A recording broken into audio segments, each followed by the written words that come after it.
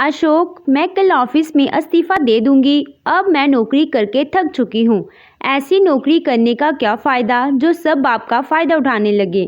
मुझे सब पता है कि तुम लोगों के मन में क्या चल रहा है। यह सुनते ही अशोक आंखें लाल करके बोला, कोई ज़रूरत नहीं है अभी। तुम अकेली नहीं हो जो ससुराल में रहकर नौकरी कर रही हो। अब क्या तुम्हें मेरे घर वाले सिर पर बिठाएंगे। तभी वहां पर सासू माँ आई और जोर से चिल्लाकर बोली, बहू कान खोलकर सुन ले, जब तक तेरी ननद की शादी नहीं हो जाती तू नौकरी नहीं छोड़ेगी। यह सुनकर बहू शामली गुस्से से अपनी सास को देखने लगी, लेकिन अगले दिन जाकर उसने इस्तीफा दे दिया। जैसे ही घर में पता चला तो कोहराम मच गया, मगर शामली ने जो कदम उठाया उसे देखकर सब हक्के बक्के रह गए। पूरी कहानी जानने के लिए वीडियो को पूरा देखें और हमारे चैनल को लाइक, शेयर और सब्सक्राइब ज़रूर करें। अशोक, मैं तुझे कब से कह रही हूँ कि आप अपनी बहन के लिए रिश्ता ढूंढना शुरू कर दे, लेकिन ध्यान रहे परिवार ऊंचा होना चाहिए। तो अशोक ने कहा कि मम्मी, ऊंचे परिवार में शादी करने के लिए खर्च भी ऊंचे करने पड़ते हैं। चारू अपनी तनख्वाह का क्या करती है यह किसी को नहीं पता, और मैं अकेला कहाँ तक सारे खर्चे पूरे करूँगा। तो अशोक की माँ लक्ष्मी जी ने कहा कि मुझे कुछ नहीं पता, बहन की शादी की जिम्मेदारी तो तेरे ऊपर ही है।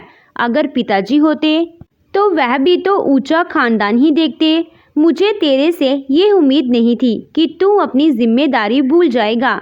अशोक ने गुस्से में कहा कि मम्मी जी, मैं जिम्मेदारी भूला नहीं हूँ, लेकिन आप बातें बड़ी बड़ी कर रही हो। एक सामान्य परिवार में शादी क्यों नहीं हो सकती। तो वहीं पर चारू आई और बोली, भैया आपको पता है मेरी सहेलियों की शादी कितने बड़े बड़े घरों में हुई है। किसी का पति लेफ्टिनेंट है तो किसी का पति इतना बड़ा इंजीनियर है, और तो और किसी का पति खुद की कंपनी का मालिक है। तो क्या आप मेरे लिए ऐसा लड़का नहीं ढूंढ सकते। पापा होते तो कितना अच्छा होता। अशोक ने चारू से कहा कि अगर इतना अच्छा लड़का ढूंढेंगे तो वह दहेज कितना बड़ा मांगेगा, यह नहीं सोच रही हो।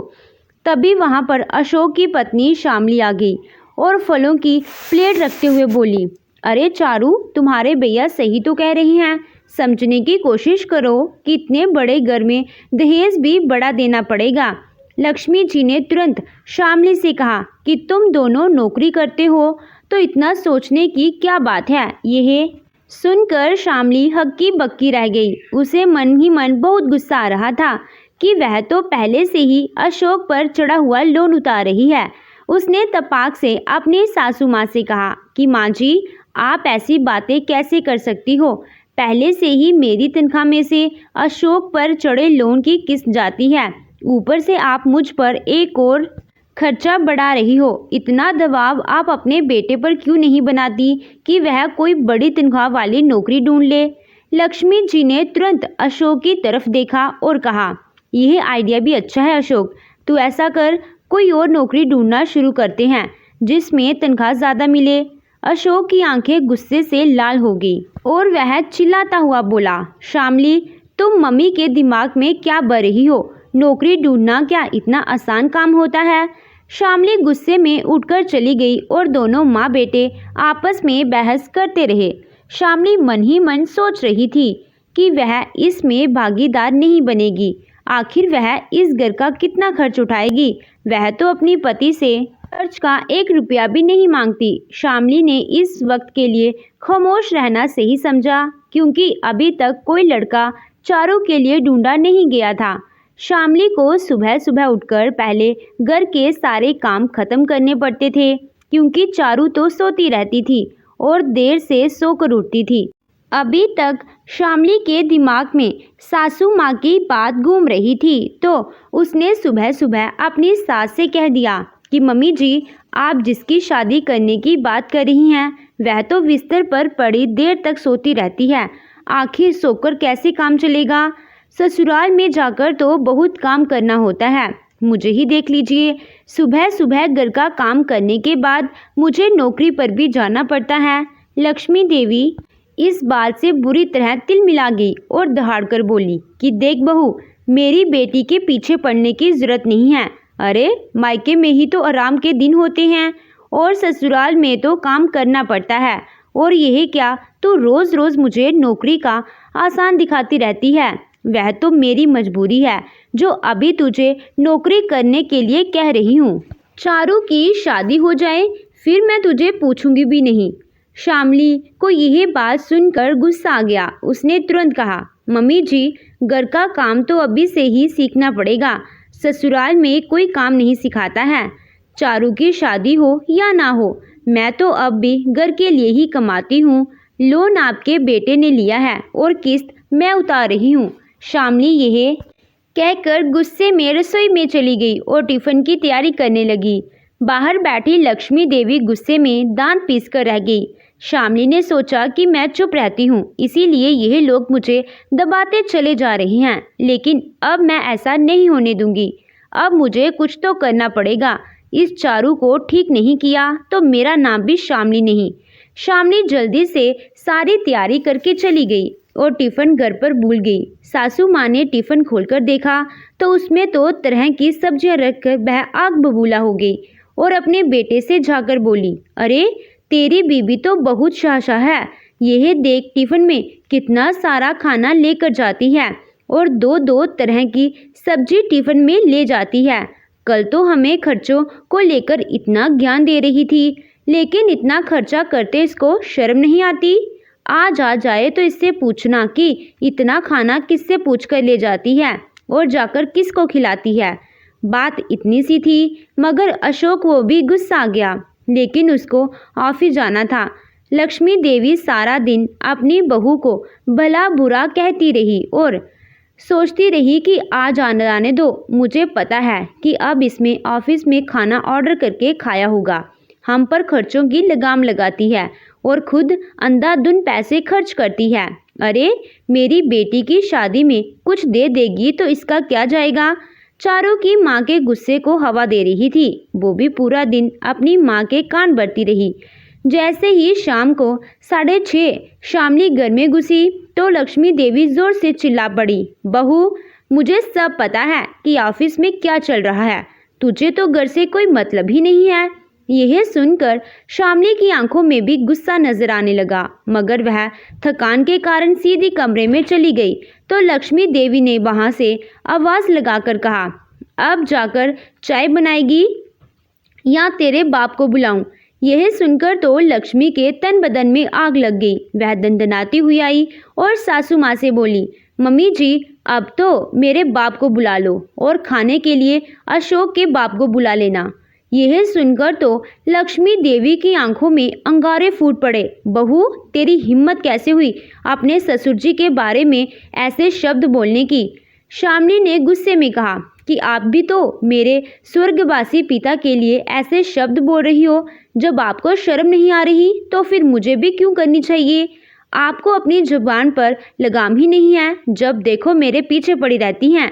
शामली चली गई और लक्ष्मी देवी रोने बैठ गई। आज तो इसने मेरे पति को भी नहीं छोड़ा।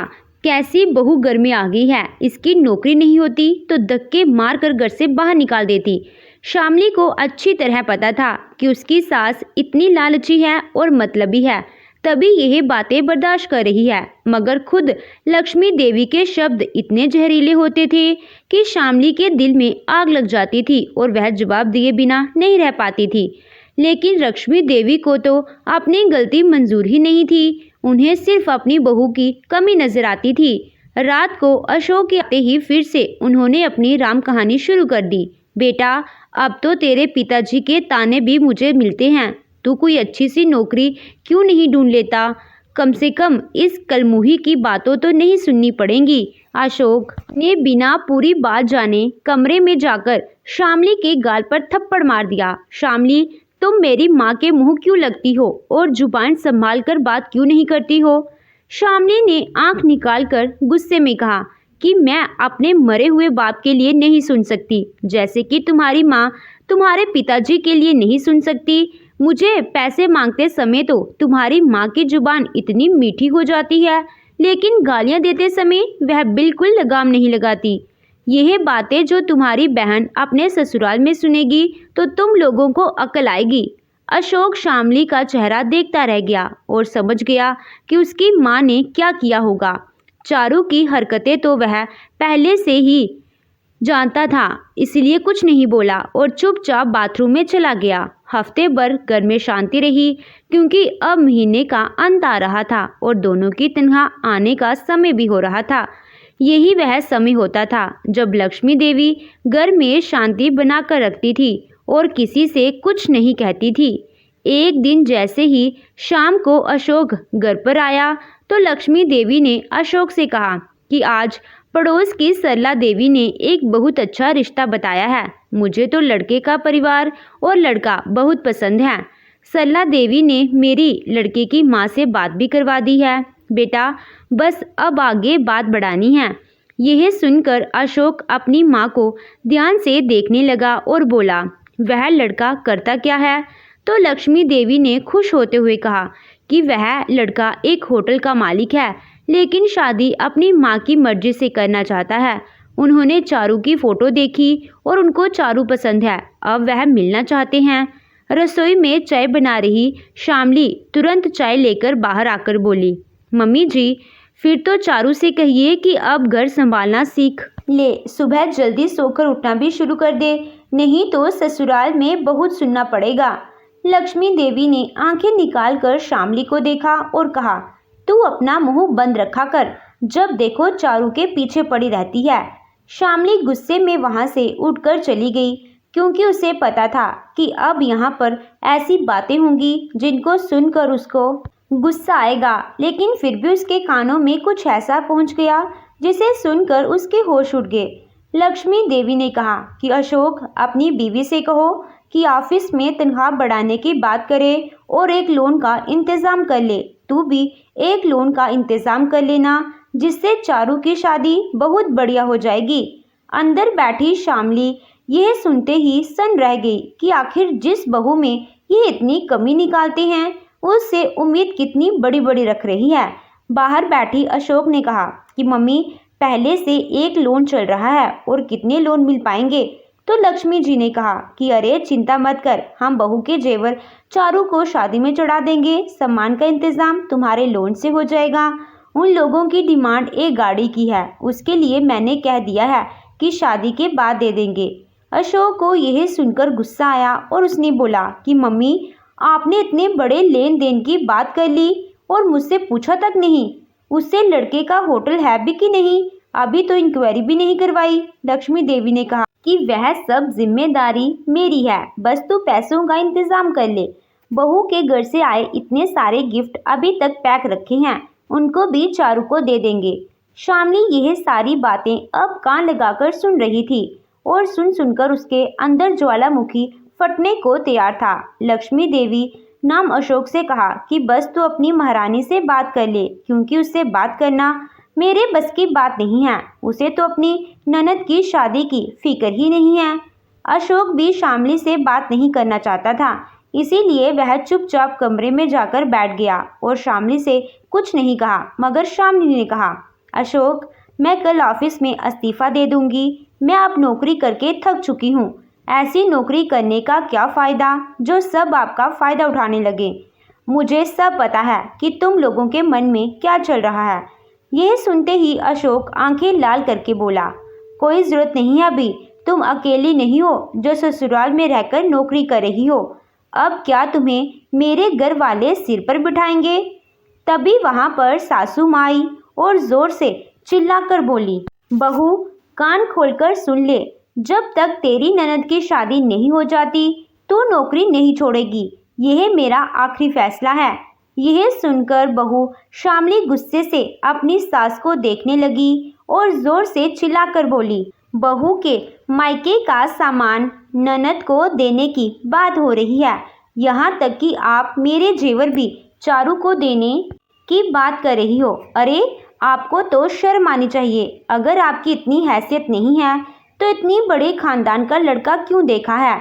आप भी कान खोलकर सुन लो कि मैं कोई लोन नहीं लेने वाली हूँ और कल यह नौकरी भी छोड़ दूंगी, क्योंकि मेरी तनख्वाह आ गई है। मैं भी सुकून से रहना चाहती हूँ और इस रोज़ की भाग दौड़ से थक गई हूँ, क्योंकि तुम्हारी बेटी कामचोर है जो मेरी मदद नहीं करती।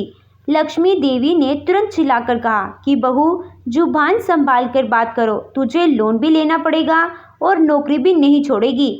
मेरी बेटी से जलन हो रही है कि उसको इतना अच्छा रिश्ता मिल गया है, इसीलिए तू नहीं चाहती कि इस घर में मेरी बेटी की शादी हो जाए। शामनी ने अशोक की तरफ देखकर कहा कि तुम कुछ भी नहीं बोल रहे हो। तुम्हारी माँ बहन मेरे पीछे पड़ी हैं, मुझे कर्ज तले दबा देना चाहती हैं और मेरा स्त्री धन छीन लेना चाहती हैं। अगर आज तुम कुछ नहीं बोले तो कल देखना कि मैं क्या करती हूँ। अशोक शामली की बात सुनकर गरज कर बोला, तुम में से कोई भी मुझे शांति से सोचने का मौका नहीं दे रहा है। तभी वहाँ पर चारू बीच में बोल पड़ी, हाँ हाँ भैया, मुझे पता है कि आप शांति से क्या सोचने वाले हो। आप तो अपनी बीवी के आगे पीछे घूमते हो क्योंकि वह नौकरी जो करती हैं। अब बहन का जीवन बनाने की बात आई तो पीछे हट रहे हो। शामली ने तुरंत चारू को बीच में ही लताड़ कर कहा, एक तो काम चोरी करती हो और लड़का तुम्हें ऊंचे खानदान का चाहिए, और ऊंचे खानदान में रहने के लिए खुद को भी उस काबिल होना चाहिए। कहीं ऐसा ना हो कि शादी के 2 दिन बाद तुम्हारा तलाक हो जाए। यह सुनकर लक्ष्मी देवी जोर से दहाड़ी, बहू, जुबान को लगाम दे वरना तेरा खानदान यही इकट्ठा कर दूंगी। शामली ने हाथ बांधकर कहा कि इसकी तो आपकी हिम्मत ही नहीं है, क्योंकि आपको मुझसे पैसे जो चाहिए, जो मेरे खानदान से तो नहीं मिलेंगे। अशोक ने गुस्से में शामली से कहा कि तुम चुप होती हो या नहीं? तुम लोगों ने घर को सिर पर उठा रखा है। चारू ने तुरंत तिल मिलाकर कहा, सर पर तो आपकी बीवी ने उठा रखा है, जिसको कुछ कहने की आपकी हिम्मत ही नहीं है। भगवान करे ऐसा भाई दुश्मन को भी ना मिले। चारू ऐसा कहकर पैर पटकती हुई बाहर चली गई और पीछे पीछे लक्ष्मी देवी भी चली गई। अशोक ने तुरंत ही शामली से कहा कि शामली, मुझे पता है कि तुम्हारी गलती नहीं है, मगर तुमने घर का माहौल बिगाड़ दिया है। अरे ज़रा सा चुप भी तो रह सकती हो। जब तुम्हें पता है मेरे ऊपर लोन चल रहा है तो नौकरी छोड़ने की बात क्यों कर रही हो? शामली गुस्से में अशोक से कहा कि अरे, जैसे तुम्हारी माँ मेरे जेवर देने की बात कर रही है, तुम्हें क्या लगता है कि मैं इतनी आसानी से अपने जेवर उठाकर दे दूंगी? अशोक माथे को पकड़कर बैठ गया और सोचने लगा कि अब आखिर कैसे इस स्थिति पर नियंत्रण रखे। माँ ने तो शादी करने की ठान ली है, ऊपर से लोन लेने का दबाव भी बना रही हैं। कर्ज तले शादी करके कुछ मिलने वाला नहीं है, बल्कि हम और ज़्यादा कर्ज में दब जाएंगे। मगर माँ को यही कौन समझाए। शामली ने गुस्से में रात का खाना नहीं बनाया और लक्ष्मी देवी बाहर बैठी बड़बड़ाती रही। अशोक ने बाहर से खाना मंगवाया तो लक्ष्मी देवी ने गुस्से में कहा कि यह सब इसके कारण ही हो रहा है। महारानी बिस्तर पर आराम फरमा रही है, मैं इसकी यह मनमर्जी चलने नहीं दूंगी। अशोक ने कुछ नहीं कहा और सब लोग रात को खाना खाकर सो गए। शामली सुबह उठी लेकिन उसने घर का कोई काम नहीं किया। जैसे ही सासू माँ ने चिल्लाकर चाय के लिए आवाज़ लगाई तो शामली ने अपनी सास से कहा कि जिसकी शादी करने के सपने देख रही है उसी से चाय भी। शामली का टकासा जवाब सुनकर लक्ष्मी देवी देखती रह गई और शामली ऑफिस चली गई। लक्ष्मी देवी पूरा दिन सरला देवी से लेन देन की बातें करती रही। सरला देवी ने कहा कि लक्ष्मी, ऐसा लड़का तो ढूंढने से भी नहीं मिलेगा, इतने बड़े होटल का मालिक है। यह सुनकर तो लक्ष्मी देवी और चारू फूले नहीं समा रहे थे। यहाँ तक कि चारू ने अपनी सहेलियों से भी कह दिया था कि उसकी शादी एक होटल के मालिक से होने वाली है। शाम को शामली घर में घुसी और उसने किसी से कोई बात नहीं की। लक्ष्मी देवी उसे सुना सुना कर चारू से कहती रही कि बेटा, अब तो तेरे अच्छे दिन आने वाले हैं। अब तो तुझे रोज़ होटल का खाना खाने को मिलेगा। किसी को जलन हो रही है तो होने दे, मैं तो तेरी शादी वही करूँगी। शामली चुपचाप अपने काम में लगी हुई थी। तभी अशोक भी घर में आ गया तो शामली ने सबके सामने आकर कहा कि मैंने आज नौकरी से इस्तीफा दे दिया है। अब तुम अपना लोन अपने आप चुकाओगे, क्योंकि यह लोन तुमने लिया था। यह सुनकर तो सब फटी आंखों से शामली को देखते रह गए। अशोक को समझ में नहीं आ रहा था कि अब शामली से क्या कहे। लक्ष्मी देवी आंख निकालकर बोली कि तेरी हिम्मत कैसे हुई इस्तीफ़ा देने की। मैंने तुझे मना किया था, तेरी वजह से इतना बड़ा रिश्ता हाथ से चला जाएगा। आखिर तुमने अपनी जलन निकाल ही ली। इस समय सरला देवी घर में आ गई और आकर बोली, लक्ष्मी, तूने जवाब नहीं दिया कि शादी में कितना खर्चा करोगे। सामने खड़ी शामली ने सरला देवी से कहा कि यहाँ पर कोई शादी होने वाली नहीं है। यह सुनकर लक्ष्मी देवी ने तुरंत कहा कि बहू, तू पागल हो गई है क्या, इतना बड़ा रिश्ता ठुकरा रही है। तो शामली ने कहा कि जिसको आप होटल का मालिक समझती हो वह मालिक नहीं बल्कि वेटर है। बस उसने कैबिन में बैठकर कुछ तस्वीरें खींच ली हैं और वही आपको भेजी हैं। जरा सरला आंटी से पूछो कि वह झूठ क्यों बोल रही है। यह बात सुनते ही सरला देवी के होश उड़ गए कि शामली को सच कैसे पता चल गया। उनका चेहरा देखकर अशोक तुरंत बोला कि आंटी झूठ क्यों बोल रही थी। लक्ष्मी देवी ने तुरंत कहा कि बहू, सरला पर इल्ज़ाम मत लगा, झूठ तो तू बोल रही है। तो शामली ने तुरंत अपने फ़ोन में एक छोटा सा वीडियो दिखाया जिसमें वह लड़का होटल में वेटर बनकर लोगों को खाना सर्व कर रहा था। यह देखकर तो लक्ष्मी देवी के पैरों तले ज़मीन निकल गई और सरला देवी तुरंत उठकर चली गई।